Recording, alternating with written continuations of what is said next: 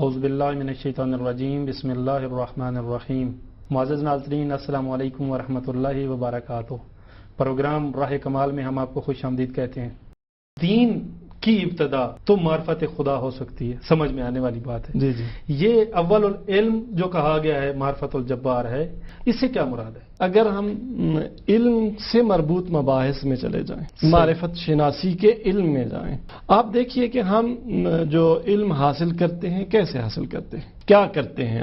ہم مثال لیتے ہیں اپنی اسکول لائف کی، صحیح، کہ پہلی کلاس سے لے کر جہاں تک چلے جائیں، جتنی ڈگریز ہیں ہم حاصل کرتے ہیں، علم ہم حاصل کرتے ہیں۔ کیسے یہ علم حاصل ہوتا ہے؟ ہم جاتے ہیں کلاس روم میں، استاد کیا کرتا ہے؟ یا بولتا ہے، صحیح، یا لکھتا ہے بلیک بورڈ پہ، وائٹ بورڈ پہ، یا تعلیم کے جو اب جدید اور قدیم ذرائع ہیں، صحیح، یہ علم جو استاد یا معلم کنورٹ کرتا ہے اپنے ذہن سے اپنے شاگردوں کے ذہن میں، صحیح ہے۔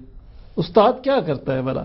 کیسے منتقل ہو گیا؟ میں تو بول رہا ہوں، میری تو زبان ہل رہی ہے، اور زیادہ سے زیادہ ہوا میں موجود فضا میں ایک ارتعاش پیدا ہو رہا ہے۔ یہ ارتعاش زیادہ سے زیادہ کیا کرتا ہے؟ جا کے آپ کے کان کے پردے کو ہلا جلا دیتا ہے۔ ٹھیک ہے جی۔ یا میں لکھتا ہوں وائٹ بورڈ پہ، بلیک بورڈ پہ، ایک تصویر ہے جو آپ کی آنکھ کے عدسے پہ منعکس ہوتی ہے، اور اس کا کچھ رد عمل، میں نے یا تصویر دیکھی یا آواز سنی، لیکن وہ معلوم تک پہنچنا کیسے پہنچ گیا؟ وہ چیز جو میرے ذہن کے خزانے میں تھی وہ کیسے منتقل ہو گئی شاگرد کے ذہن میں؟ فلسفی میں یہ کہا جاتا ہے کہ جتنے تعلیم و تربیت کے ذرائع ہیں یہ سب وسائل ہیں، ٹولز ہیں، صحیح، اور معدات ہیں، یہ انسان کے نفس کو آمادہ کرتے ہیں، لیکن علم نہیں ڈالتے انسان کے نفس میں۔ علم کہاں سے آتا ہے؟ وہ کسی اور جگہ سے آتا ہے۔ وہ نہ اس بلیک بورڈ سے آ رہا ہوتا ہے، نہ گفتگو سے آ رہا ہوتا ہے، نہ یہ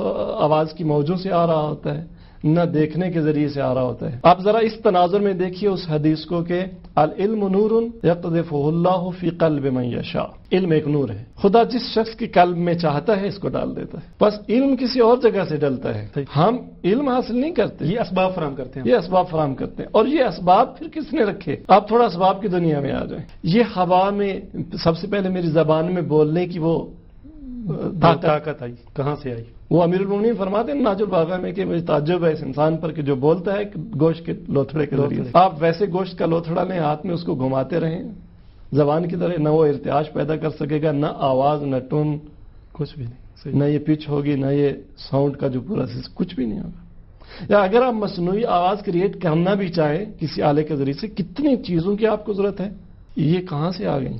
العلم نور یقذفہ اللہ فی قلب من یشاء۔ علم ایک نور ہے جو خدا ڈال دیتا ہے جس کے دل میں چاہتا ہے۔ اب البتہ خدا نے ایک علم کا حصہ پوری انسانیت کے لیے رکھا ہے، ہر انسان کے لیے، خواہ کافر ہو خواہ منافق کو، جیسا بھی ہو، اس کی مخلوق ہے، اس نے ایک حد تک تو دینا ہے کہ وہ ہر شخص کو ایک حد تک علم عطا کرے۔ اب اس پر ہے کہ یہ پہچانے کہ کس نے دیا، اب نہیں پہچانتا تو یہ ناشکر ہے۔ بنابر یہ جو حدیث ہے کہ اول العلم معرفت الجبار، اب اگر ہم فلسفہ علم میں چلے جائیں تو جو شخص بھی اس وادی میں جائے گا اسے پتہ چل جائے گا کہ اگر خدا نہ ہو تو علم نہیں ہو سکتا، بس اتنی سی بات ہے۔